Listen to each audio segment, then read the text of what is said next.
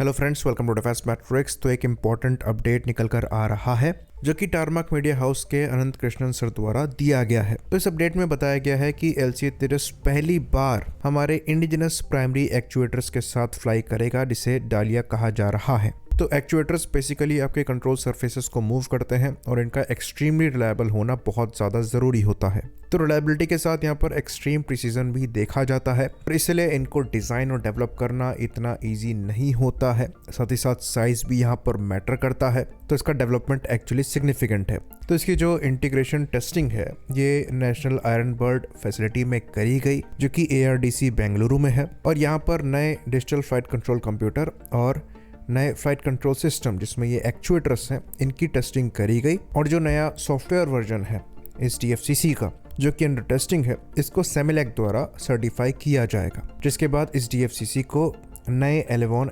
Actuators के साथ LSP aircraft में इंटीग्रेट करके टेस्ट किया जाएगा। इसका मतलब यहाँ पर यह है कि जो आयरन बर्ड फैसिलिटी है उसमें इसकी टेस्टिंग चल रही है।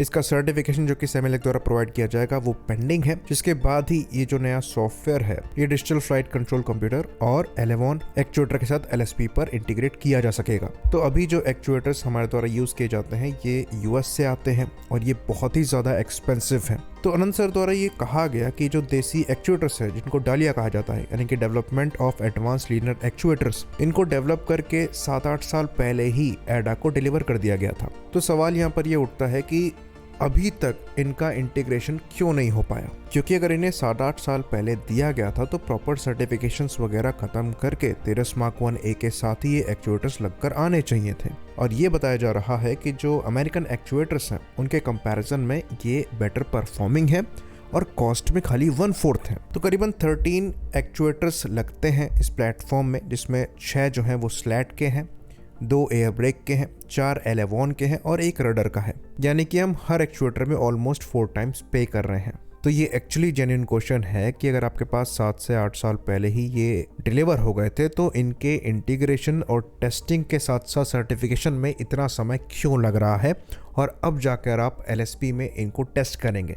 यानी कि 13 Mark 1A के जो शुरुआती बैच हैं वो आपके इंपोर्टेड एक्चुएटर्स के साथ ही आएंगे। तो ये एस्टिमेट माना जा रहा है कि करीबन 20 के आसपास 13 Mark 1A जो है ये इंपोर्टेड एक्चुएटर के साथ आएंगे। और कहा जा रहा है कि एक एस्टिमेटेड 100 करोड़ हम एक्स्ट्रा पे कर रहे हैं इन इंपोर्टेड एक्चुएटर्स पर। इवन ये तक बताया गया है कि 2020 में ही कहा जा रहा था एडा द्वारा इन सिस्टम्स को इंटीग्रेट करने के लिए, पर ये 2024 में ही स्टार्ट किया गया है। यानी कि 4 साल यहाँ पर एक्स्ट्रा वेस्ट किए गए हैं। तो क्योंकि यहाँ पर नए एक्चुएटर्स यूज हो रहे हैं, इसलिए जो DFCC सॉफ्टवेयर है उसमें चेंजेस रिक्वायर्ड होंगे। और 13 Mark 1A के साथ एक नया DFCC भी आ रहा है, ये चीज़ हम जानते हैं, जिसका सर्टिफिकेशन मोस्ट लाइकली कंप्लीट हो गया होगा, इसलिए एयरक्राफ्ट से उसे इंटीग्रेट किया गया है। तो आयरन बर्ड के सर्टिफिकेशन के बाद एक बार जब ये एयरक्राफ्ट से इंटीग्रेट हो जाएगा तो अगेन वहाँ पर सर्टिफिकेशन में थोड़ा समय लगेगा। और इसलिए ये कहा जा रहा है कि शुरुआत के जो 13 Mark 1A होंगे उनमें इंपोर्टेड ही एक्चुएटर्स लगेंगे। इवन यहाँ पर खाली प्राइमरी एक्चुएटर्स ही शुरुआत में इंडिजिनस होंगे, जो कि एक्चुअली सबसे ज़्यादा एक्सपेंसिव होते हैं, जिसमें आपके एलेवॉन्स और रडर के एक्चुएटर्स आते हैं। तो ये बहुत ज़्यादा इंपॉर्टेंट और बेसिक चीज़ें हैं और इस पे स्पेशली हमें ध्यान देना चाहिए था, वो भी तब हम जब इतने सारे प्रोग्राम लेकर चल रहे हैं, चाहे 13 Mark 2 का हो, AMCA का हो, HTD-40 का हो, HJT-36 का हो। क्योंकि इन सब प्रोग्राम में ऐसे सिस्टम्स को इम्पोर्ट करके हम ऑलमोस्ट 4 टाइम्स एक्स्ट्रा पे कर रहे हैं ऑन एन एवरेज, जो कि इस एयरक्राफ्ट के ओवरऑल कॉस्ट को भी इंक्रीज कर रहा है। और ये एक्चुअली काफी सिग्निफिकेंट और बेसिक स्टफ है उन टेक्नोलॉजीज के सामने जो कि हम स्पेशली डेवलप कर रहे हैं। तो ये जो सवाल उठाया जा रहा है कि इनके डेवलपमेंट और इंटीग्रेशन प्रोसेस को इतना स्लो